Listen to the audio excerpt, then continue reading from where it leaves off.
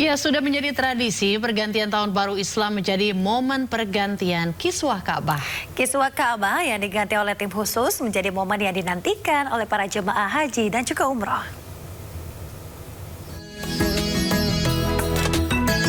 Malam pergantian tahun baru Hijriah, prosesi pergantian Kiswah Ka'bah digelar dengan khidmat di tengah lautan jemaah di Masjidil Haram yang megah. Sebagai tradisi menyambut tahun baru Hijriah, pergantian Kiswah Ka'bah menjadi simbol penghormatan terhadap bangunan suci yang menjadi kiblat umat Islam di seluruh dunia. Proses pergantian kiswah atau kain penutup Ka'bah di Masjidil Haram Mekah mulai dilakukan sejak Senin petang waktu Arab Saudi. Usai sholat Isya, sebuah truk pembawa kiswah tiba di pelataran Masjidil Haram. Kain sutra seberat 1,3 ton ini kemudian diangkut bersama-sama oleh ratusan petugas menuju area tawaf. Proses menaikkan kiswah baru dilakukan secara bertahap di setiap sisi bangunan. Pergantian kiswah dilakukan dengan penuh ketelitian oleh petugas yang telah mendapatkan pelatihan khusus. Kiswah yang baru dipasang dibuat menggunakan sutra berkualitas tinggi berwarna hitam. Kiswah dihiasi kaligrafi ayat-ayat Al-Quran yang disulam menggunakan benang emas dan perak. Pada awalnya kiswah diganti pada 9 Zulhijjah atau saat jemaah haji melaksanakan wukuf. Namun sejak tahun 2022 lalu, jadwal mengganti kiswah diganti menjadi tanggal 1 Muharram. Dari Mekah, Arab Saudi, Ika Kusuma, Eti Juwitasari, MCH 2026 melaporkan.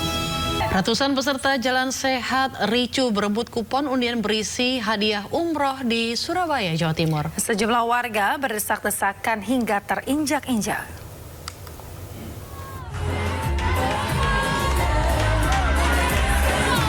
Ribuan peserta Jalan Sehat di Surabaya, Jawa Timur terlibat ricu dengan panitia acara. Peserta ricu akibat berebut kupon dalam peringati Tahun Baru Islam. Dan itu peserta kecewa karena pembagian kupon sudah habis diberikan. Akibat antusiasnya acara dan berebut kupon, sejumlah warga berdesak-desakan hingga terinjak-injak sampai pingsan. Kericuan peserta diduga adanya berbagai hadiah atau door prize, salah satunya umroh. Sekitar 50% dari berjalan kaki nggak ada yang dapat. Yang dijelek-jelekan hobinya. Saya lihat barusan di pembagian konsumsi, ya di bagian konsumsi nggak dapat karena nggak dapat kupon. Jadi maksudnya nggak dapat kupon dan kasihan yang jalan-jalan. Bapak Ibu sekalian lihat tadi ada sedikit crowded dan akhirnya kita putuskan acara ini walaupun tetap berlangsung tetapi untuk pengundian door prize tidak kita lanjutkan.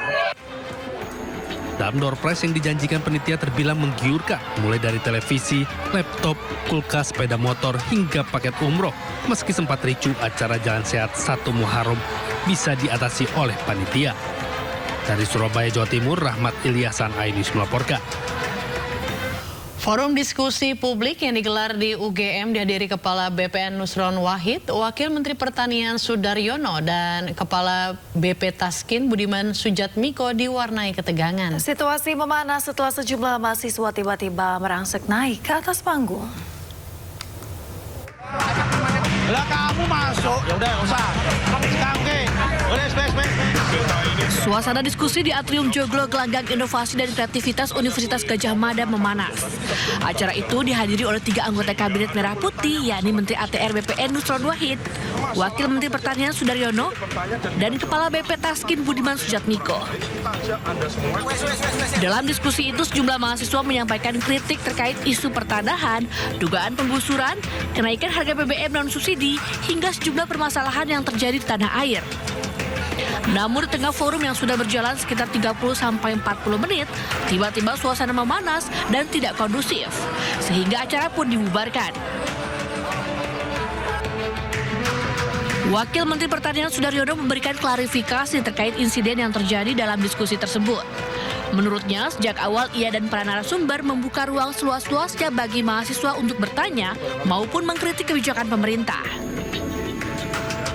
Saya, Pak Nusron, dan Pak Budiman, ya, hari ini kan kita mencoba untuk bisa berdialog dengan semua pihak, khususnya pihak kampus, dan kami datang ke ke UGM ya, dan sudah direncanakan lama. Kemudian juga kita sudah izin dengan pihak UGM-nya, pihak berwenangnya, dan ini bukan event yang pertama.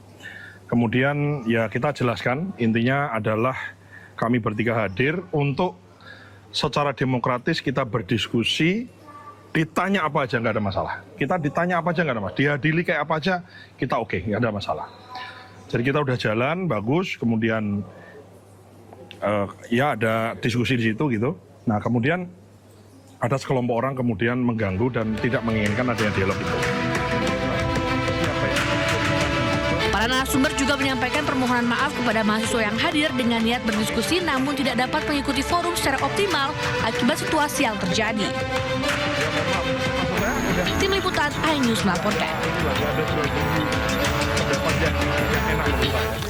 Mantan Ketua BEM Universitas Gadjah Mada periode 2025, Tio Ardianto, menjadi sorotan karena menemukan alat pelacak di mobilnya. Ini ya? Ya, betul. Wah. Teman-teman sekalian, bisa dilihat, ini adalah alat pelacak yang namanya PBX Finder. Saya tahu ini karena muncul di notifikasi ponsel saya. Kemudian tadi kita cari dan kita temukan alat pelacak ini ada di bawah kendaraan. Video yang diunggah mantan Ketua BEM Universitas Gadjah Mada periode 2025, Tio Ardianto, viral di media sosial. Dalam video ini, Tio memperlihatkan terdapat benda hitam yang menempel pada rangka bawah kendaraannya yang diketahui PBX Finder. Tio mencari alat tersebut usai muncul notifikasi bahwa ada PBX Finder yang bergerak bersamanya. Diketahui PBX Finder ialah GPS mobil untuk rental mobil yang berfungsi memantau lokasi real time guna mencegah pencurian dan terkait aturan batas wilayah.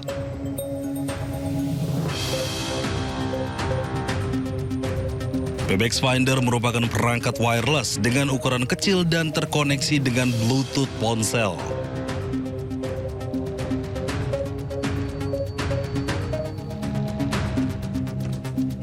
PBX Finder merupakan kategori GPS portable, memiliki kartu GSM dan mampu melacak dalam jarak ribuan kilometer.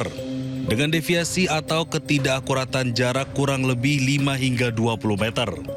Alat ini dapat mengirimkan sinyal GPS selama terhubung dengan jaringan seluler atau satelit dan memiliki kekuatan baterai hingga 30 hari.